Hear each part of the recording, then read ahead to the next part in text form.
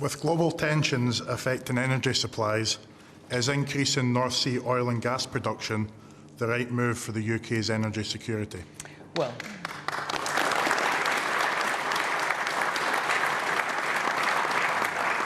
according to Donald Trump, yet again today, yes it is.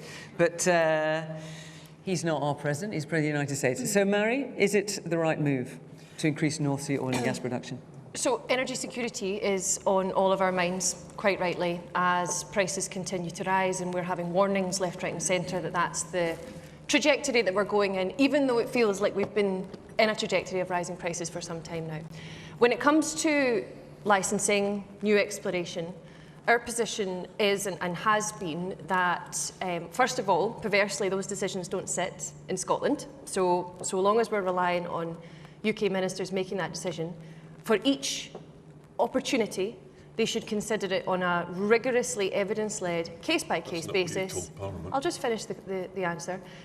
Taking into account both climate compatibility, because that is a legal obligation, it's not just a moral thing, but also energy security. And energy security is clearly a factor which is developing very rapidly just now. But if I just can... But that's not what you said last year. Because last year you were on record saying the decision to grant the licence to drill Rosebank, the oil field, was wrong and it would not contribute to energy security. Are you now saying it might? You changed your position. What I'm saying to the gentleman is that energy security and climate compatibility have been the two things we have always been clear need to be taken into account, and I accept that energy security and the picture around energy security has changed significantly. However, if I can just add, there's other factors here that are really important. Do you think more drilling would contribute to energy security now? You obviously didn't think that before, only last year. What I'm saying is it has to be taken into account, and I've said that the energy security position around the world... But if it won't make a difference, why would you take it into account? Well, because we have to take an evidence-led position. That's just what you said. I'm just quoting you back to yourself. All I'm saying is that the facts of each opportunity need to be considered against climate compatibility, which remains an obligation, and energy security, which is a moving picture. What I would like to see, however, is that I didn't have to set out the principles for the decision-making on this, and that actually those decisions were made in Scotland. Because there's other factors here, including an energy profits levy, which is still being put into place by a UK government, which is starving the industry of the very investment that we need to transition, so that absolutely has to go. I recall and asked Sarwar saying that Labour were going to save Grangemouth, and yet disappeared it did. These are broken promises and a whole series of issues. Let's just get a straight answer, where we need to return our energy wealth to Scotland. Should there be more drilling in the North Sea? Oh, well, it has to be led by evidence. It has to be led by evidence. Okay, but you must have seen a lot of the evidence. You've been in power for nearly 20 years. Should there be more drilling or not? But Fiona, sorry, I realise it's not devolved. No, but that's I get the exact But we are in Aberdeen. You must have some idea. I have not seen the evidence. I do not get to make those decisions. I want the... So you've no idea? No, it's not that I don't have any idea. We're in a situation... Okay. Sorry. Well, what's your opinion? Should there be more drilling or not? Well, if it can be demonstrated that it's both climate compatible and required for energy security, then yes, it should. Malcolm. Okay. Here we are in the northeast, where we basically had a world-class energy industry, which we basically shut down as an act of self-harm. Our energy prices are now 4 times more expensive than the US, 7 times more expensive in China. We're importing 70% of our North Sea gas from the North Sea from Norway, from fields over the fence from the ones that we've shut down. Even the Norwegian energy minister thinks that is daft. In the meantime, we account for less than 1% of global emissions. China accounts for 30% and opens a coal-fired power station 1 a week. We all want the cleanest possible energy system, don't we? But we need affordable and secure energy. 75% of the energy system is hydrocarbon right now. We need to get the North Gas onshore and flowing again. And we don't need that to go in the international market. It can come to the UK on a domestic market only. Remember the US 20 years ago? How will you make that happen? Well, 20 years ago, the US was energy dependent, and it now is an exporter. You do a license arrangement with the energy companies to bring the gas onshore only for domestic use, not for export. Not for export. And we get the price down. Even if they can get a higher price abroad, you'll just make them do it somehow. That's the cost of the license. That's how the license would work. They can make a margin on that. They bring it in to the UK at an affordable price. We then have secure energy, because right now we don't have security of supply. And we have affordable energy. And then we can then talk about a transition, because we can then use that as our transition fuel. In the same way as US used shale gas, China's using coal, we can use our own North Sea gas as a transition fuel to a future. But let's at least please come with affordable energy, because we're deindustrialising this country, and that is costing a lot of jobs and a lot of livelihoods, especially here in the North East.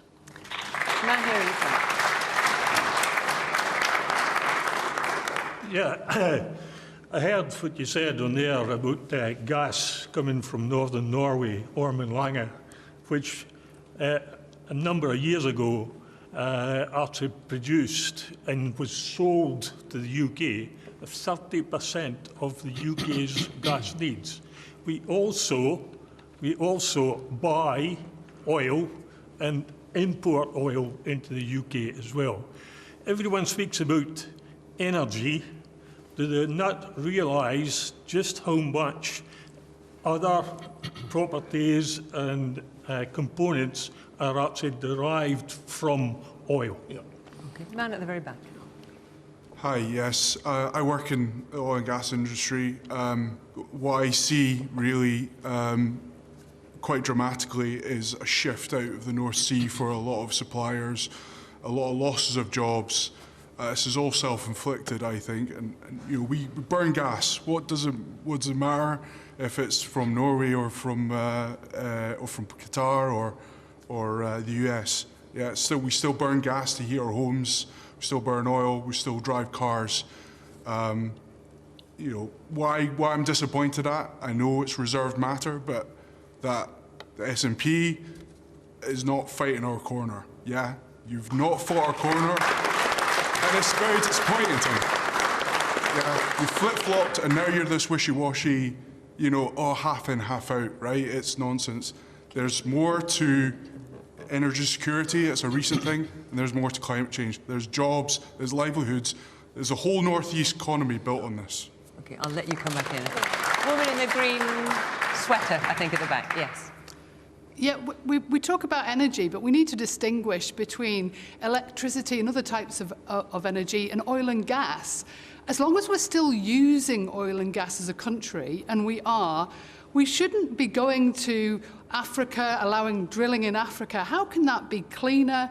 It's certainly not cheaper, and it's no more environmentally friendly. And the irony that we are not. We're taxing any organisation that's going to get taxed at almost 80% is going to go to other countries, your BPs, your Shells. Why are we allowing this to come in from Norway, the same fields? We're not taking the tax revenue, we're losing the jobs. Jobs are going out of Aberdeen by the thousands at the moment, and people are employed in Norway, and they're taking all the revenue that we could be generating here. Gillian. The last two speakers, have they got a point? So I don't think that any more drilling in the North Sea is compatible either with the climate or actually with energy security as well. We've seen how this conflict on that global scale has pushed up prices here without us having anything to do with it. Barrels of oil from the North Sea or from anywhere else are traded on a global market by these global corporations, no matter where that comes from. But that's the point not going to... The point that two people are making is that if we're going to carry on using it for a while, at least, shouldn't be using our own rather than importing it from elsewhere. But there are current reserves that we're using without opening new fields that can be used to help with that transition across. We should have been funding this transition properly. We should have been saving the jobs that have been lost in Aberdeen and Grangemouth, where I'm from, decades ago. The next best time to start that transition is right now, so that we don't lose any more of the jobs that we have here in Aberdeen, so that workers do have the time to transfer their skills across, to learn those new skills, to make sure that we've got those good, well-paid, unionised jobs in these communities for generations to come. I have friends who worked at Grangemouth, then went to Mossmorran, and have lost jobs twice because we've left it to big companies. Both governments haven't done enough to support the workers in these industries. We need to see that backing from government now, rather than leaving it to these big corporations that don't actually care about the communities and will cut and run when it's convenient for them to do so. Anna. National security has been a really big topic, rightly, over the last number of months in particular, and let's be really clear, energy security is national security. I would say, as an aside, that Lord Malcolm Offord served in a government where 1/3 of oil and gas jobs were lost and didn't say nothing throughout that entire period, and similar to with Màiri McAllan and the SNP government. A commitment was made on Rosebank and Jackdaw in the previous round that we would honour licences. We should commit to that promise and grant the licences that were granted by the previous government. Well, have you said that to Ed Miliband? Because clearly he does not share your view, and that's something that Westminster decides. Well, as you know, it's a quasi-judicial position right now, and I'm making my view very clear. We made a commitment that we would honour the licences granted by the previous government. We should honour that commitment, and that includes Jackdaw and Rosebank. I say what I think in private and in public, as you can see from the comments I made about Keir Starmer back in February. So I made that clear here as well. Secondly, the transition is really important. Is there any point in you saying that, Anna? Well, it's a quasi... I get all the quasi-judicial and that's stuff, why I I'm don't know about you guys. we should honour those commitments of the licences. You can say this, particularly this audience here in Aberdeen, where there are so many oil and gas jobs. But the fact is, back at Westminster, no one's listening. In the government, they are not listening to you, they're listening to Ed Miliband. Well, I think you can see there's lots of different figures in the UK government now also agreeing that we should honour the commitment made on Rosebank and Jackdaw. Well, let me make a couple of broader points. Oil and gas has been good for Aberdeen, the North East, Scotland and the UK. And oil and gas has got a significant role to play for decades to come. There can be no cliff edge and there can be no turning off the tap. We should not have any truck with repeating the mistakes made by Thatcher back with the mining sector. And that's why, if we are going to get the large-scale jobs, yes, we have to invest in renewables, but we also need the supply chains here in Scotland, because that's where the large-scale jobs come from. And third, 24% of Scotland's electricity supply comes from nuclear sources. We should end the ideological block to clean nuclear energy in Scotland. That would overnight help unlock tens of billions of pounds of investment into Scotland, thousands of new jobs and greater energy security. And the promise I make is this: as First Minister, I will end that ideological block on day one of a Scottish Labour government. On that point, I mean, you talked there about taxes that are undermining the industry. Offshore Energy UK have been absolutely clear that the Energy Profits Levy, which your colleagues are overseeing in London, has been going on for far too long and at far higher rate, and it's causing about 1,000 job losses a month. So if you're so committed to oil and gas, will you commit that the Energy Profits Levy will be scrapped? Because it is absolutely killing the industry, undermining the very investment we need for a transition. Let me come back on that. First of all, the SNP supported the Energy Profits Levy. For them now to pretend they're the great opponents of it is, again, for the birds. Secondly, everybody knows, it's no secret in this city, that the Energy Profit Levy was going to come to an end, but the illegal actions of Benjamin Netanyahu and Donald Trump in Iran meant energy prices went through the roof again, meaning the windfall came back. Now, to pretend that somehow somebody else's fault is wrong. I don't want people in Scotland to suffer because of the actions of Donald Trump and Benjamin Netanyahu. That's why we need emergency action. But when it's right that the windfall stop, of course, the windfall tax should end. I should emphasise that Màiri thinks it's okay if you're earning £33,500 to pay more tax in this country, but she wants a tax cut for those that are making record profits from energy. In the blue and white top there. For the SNP stance, how would you measure climate compatibility for each new drilling well? Because you'd surely have to measure that against drilling abroad, and I can just see it leading to legal disputes every time a company wants to invest, which would then make them go elsewhere. Listen, I've got two things, so I will come back to you. Yes, woman in this, you get your hand right up there, woman in the striped top. We talk about the oil and gas energy being far away from that cliff edge, but frankly, the cliff edge is here. Companies have already shut down. People are losing their jobs daily. supply chain is drying up, understandably, and whilst various political parties kick the oil and gas industry around like a football, no decisions are being made. And I think really the time is now. A decision needs to be made now about progressing the 2 oil fields to be drilled.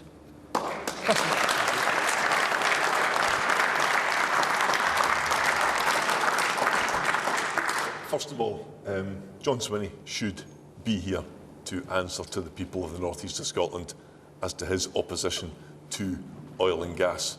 But I suspect he can't look the people in this area in the face, because what he's been doing in the last few weeks is pretending that the SNP have somehow softened or changed their position. The SNP, of course, used to famously shout, "It's Scotland's oil," and now they want to keep it in the ground. And Màiri McAllan appears to forget her own position. She said, "We do not agree with the UK government issuing new oil and gas licences." That was unambiguous, that was clear. What she said tonight wasn't, because she's following the John Swinney playbook 2 weeks out from an election, trying to dupe people in the North East into thinking somehow the SNP are on your side. They're not. They ideologically oppose oil and gas, as do Labour, as does Ed Miliband. We do support the new drilling. Well, I've already given my position on that. But do you know what I think is really funny? So just to swing back to I'll come back to you. Why have we got such a problem with women being represented in politics? Why can't I be here tonight? Why do I have to explain myself why I should be here? That's not the point at all. Well, John you made Swinney it. You chose to go there. is responsible for the government. He's responsible for these decisions. He's been completely ambiguous about oil Your party and gas. raised the energy profits levy. The reason John Swinney isn't here is because he knows that he cannot answer these questions. What we should be doing, going back to the original question, is given the wake-up call right now, the volatility in our world, the fact we can't rely on allies as we once did, makes energy security absolutely critical. We need to drill for everything we have in the North Sea. We need to get behind the renewables industry to allow people like this lady's husband to get those jobs in the future industry of renewables. And we need to back new nuclear. Just this week, there was new nuclear plant beginning construction in Wales with the creation of 8,000 new jobs. But again, the boneheaded SNP are ideologically opposed to new nuclear, just as they're opposed to extracting oil and gas, while pretending that somehow they're maybe for it.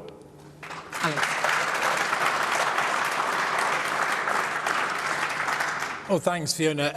Well, I hope we would all agree on this panel that the final boss of the 21st century is climate change, and it will be for the rest of our lives. But that said, we can't escape the reality that we still need oil and gas. We absolutely do. And that's a failure of successive governments in London and Westminster and in Edinburgh to drive down demand for oil and gas. So while we need that, we need to make an assessment, an environmental assessment. Does it make more environmental sense to take it from our own waters than it does to import it with the additional carbon from overseas? And if that's the case, then we should. Absolutely. So what's your position? Because looking at your manifesto, I couldn't work it out. If you support new oil and gas licences or not. You're just saying we don't know enough I think yet. it's clear. If it makes more environmental sense to extract it from our waters than it does to import it with an additional carbon, then we should. But let me finish by saying this. So Alex Salmond said 20 years ago he wanted to make Scotland the renewables capital of the world, the Saudi Arabia of the north. But we are nowhere. We are still paying renewables companies £2 billion a year not to put their wind energy into our grid because we don't have the capacity to receive it. We are nowhere in that just transition. And as a result, we are seeing this hesitancy in our government in Edinburgh and Màiri McAllan's government, and that hesitancy is driving companies away from this city. I was at university in this city. I know the people in this town. I know the suffering that is going on because of the hesitancy and prevarication and the jobs that are being lost when they could be saved. We're in this striker top there. Isn't the long-term issue actually the fact that none of you can agree and you always chase votes? And in actual fact, if people sat down and took a long-term view about energy security, we could have had nuclear power in place 10 years ago and moved forward with things. And actually, you just kick energy around like a football, depending on chasing the votes. Yeah. I don't think Woman in the green glasses. Woman in the green glasses, then. Hi, the overall question is that the root of all these problems is the reliance on oil and gas as an energy, and as it was said, is it not now time to make that final decision to move towards cleaner energy rather than coming to the same realization every time there's conflict and war in the Middle East that, oh, actually, oil's not really a super reliable supply? This conversation happens every time there's conflict in the Middle East, and the answer just keeps putting back to, as said, oh, I guess we'll see. And even though, I mean, you've got people in the audience here saying it's costing jobs and will cost yet more jobs, but nonetheless you think we need to start moving away and as fast as possible. I think the solution is to start putting those transition plans in place, to start building those skills, and stop saying, oh, well, we'll see and we'll try to figure it out. And you take people in oil and gas, you give them the new skills and give them a clear plan. This will be the job when you move into renewables. All right, listen, let me come back. Mary, I want to come back to you because there are a couple of points here. First of all, the man at the back, right at the very beginning, said, look, you're half in, half out. On the one hand, you're saying, well, as long as it's climate compatible and energy security, but you're not committing one way or the other. And then the man there in the blue and white top was saying, how are we ever going to meet the climate compatibility target? How's that ever realistic? How is it ever going to be climate compatible to dig fossil fuels out of the ground? So I think the question, if I'm remembering correctly, was how do you calculate the climate compatibility?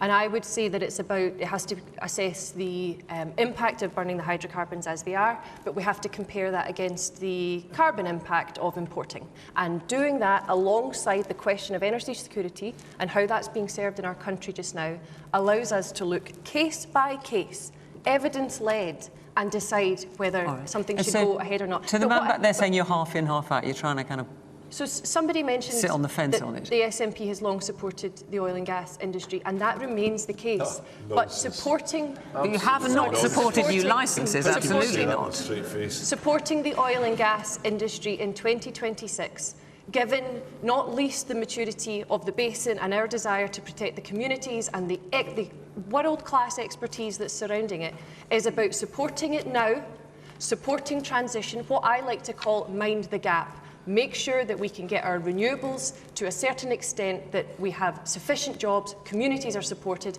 and people can transfer. Can I just close this by saying I don't represent an area around here. I represent a former mining area.